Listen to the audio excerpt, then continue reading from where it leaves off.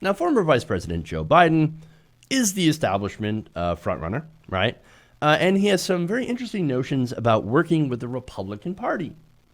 And by interesting, I mean completely outdated and wrong. Now, here's what I mean. At a recent fundraiser on Monday night filled with both donors and lobbyists, shocker, Biden said that Republicans in Congress would stop following Trump, stop working with Trump, and actually start to work with Biden on what they call bipartisan legislation because, well, they'll know better. Let me give you the quote here. Quote, here's the deal. We all know, and I don't think this is hyperbole, we all know in our gut this election is the most important election we've ever engaged in. I mean, let's be honest. What presidential candidate hasn't said that? Just saying. But he continues. And not just because I'm running. With Trump gone, you're going to begin to see things change. Because these folk know better. They know this isn't what they're supposed to be doing. I mean, look, Republicans, they know better. They know better. So, you know, if I win the election, we're going to finally have bipartisanship. At last, they're going to finally want to work with me. Oh, my God. Oh. See, I have an example of how completely 100% naive this is, right? I mean, do you guys remember, some of you might not, back in 2012, during the election, after 4 years of unprecedented obstruction by Republicans in Congress, specifically the Senate, Obama, who was running for re-election, said this, quote, I believe that if we're successful in this election, when we're successful in this election, and they were, the fever may break. Because there is a tradition in the Republican Party of more common sense than that. My hope, my expectation is that after the election, now that it turns out that the goal of beating Obama doesn't make much sense again because I'm not running again, that we can start getting some cooperation again. That was Obama back in 2012. Did the fever break? Did it? Well, just ask Justice Merrick Garland. Oh, wait, right. Or look at the numerous lower court positions that Donald Trump and Mitch McConnell have gotten to fill because Republicans blocked Obama. Unprecedented obstruction. Tell me again, Joe, how the fever is going to break if you're in charge. President Obama was deeply wrong about this. And it's not as if Joe Biden wasn't there to see it. He was literally the vice president. Was he not paying attention for all those years of obstruction? But no. Joe says, I got this. Don't worry. Republicans are going to love to work with me. No matter what, no matter who wins the presidency, Republicans are going to block everything. Unless it's something that they want. And maybe, I don't know, maybe they actually would block stuff that they want. Who knows? They aren't just a party of no. They're the party of hell no. Their purpose, and you have to remember this, their purpose is to break down government so that when they get into power, they can sell off the government to private interests, to their donors. Or, of course, they can also use the government to crush women who want abortions, which is what they're doing.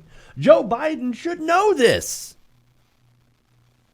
But yet, he seems to still labor under the idea that Donald Trump is a disease and not actually a symptom of the disease. But then again, if he admitted that that was true, then it would delegitimize his entire campaign message. That we should go back to the Obama years, where everything was great because the center was in charge, the centrists. Not realizing, of course, the centrists empowered the fascist Republican Party. So, I mean, it's crazy that people still have that notion, that there is still that idea that, no. You understand, the Obama years were fantastic. And if we just go back, everything's going to be okay. But wait, you've ignored that the Obama years helped create Donald Trump And not just the Obama years, but the Clinton, Bush, Obama years, right?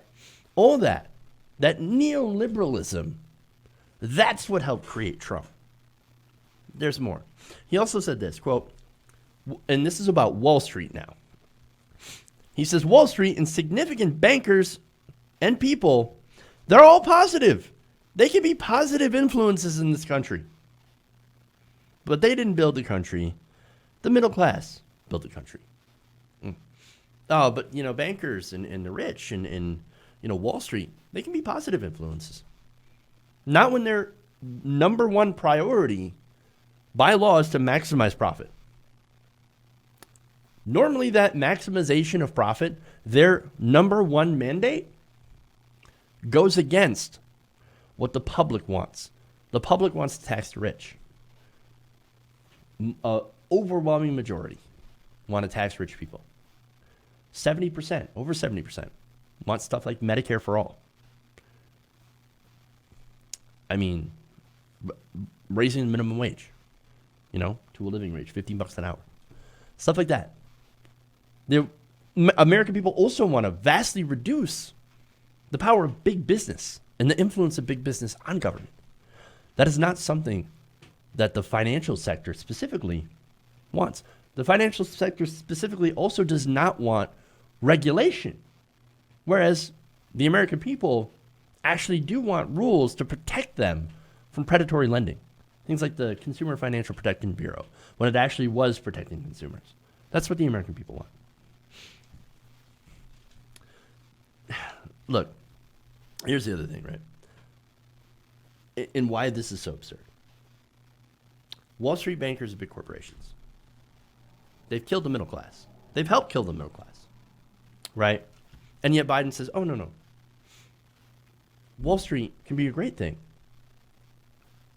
Maybe if we regulate them a lot, but not currently.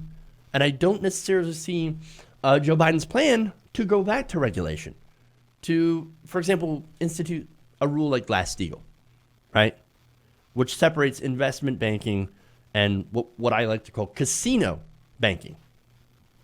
But no. Here's the thing.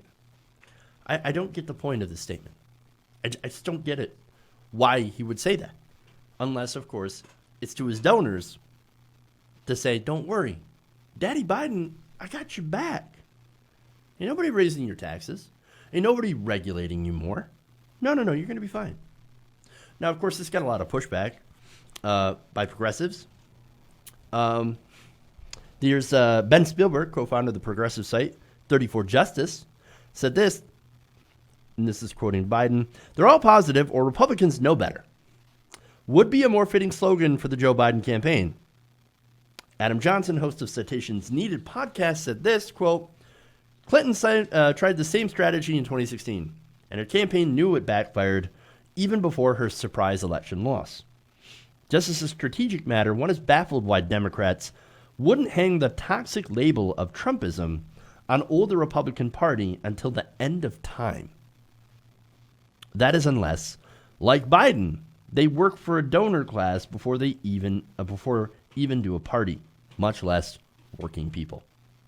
I think he's absolutely right. Nailed it. Again. What do I keep telling you? Me and other hosts, Donald Trump is not an aberration. He is not the disease. He's a symptom of the disease. And he's a logical conclusion of both the racism and anti-intellectual streak inside the Republican base.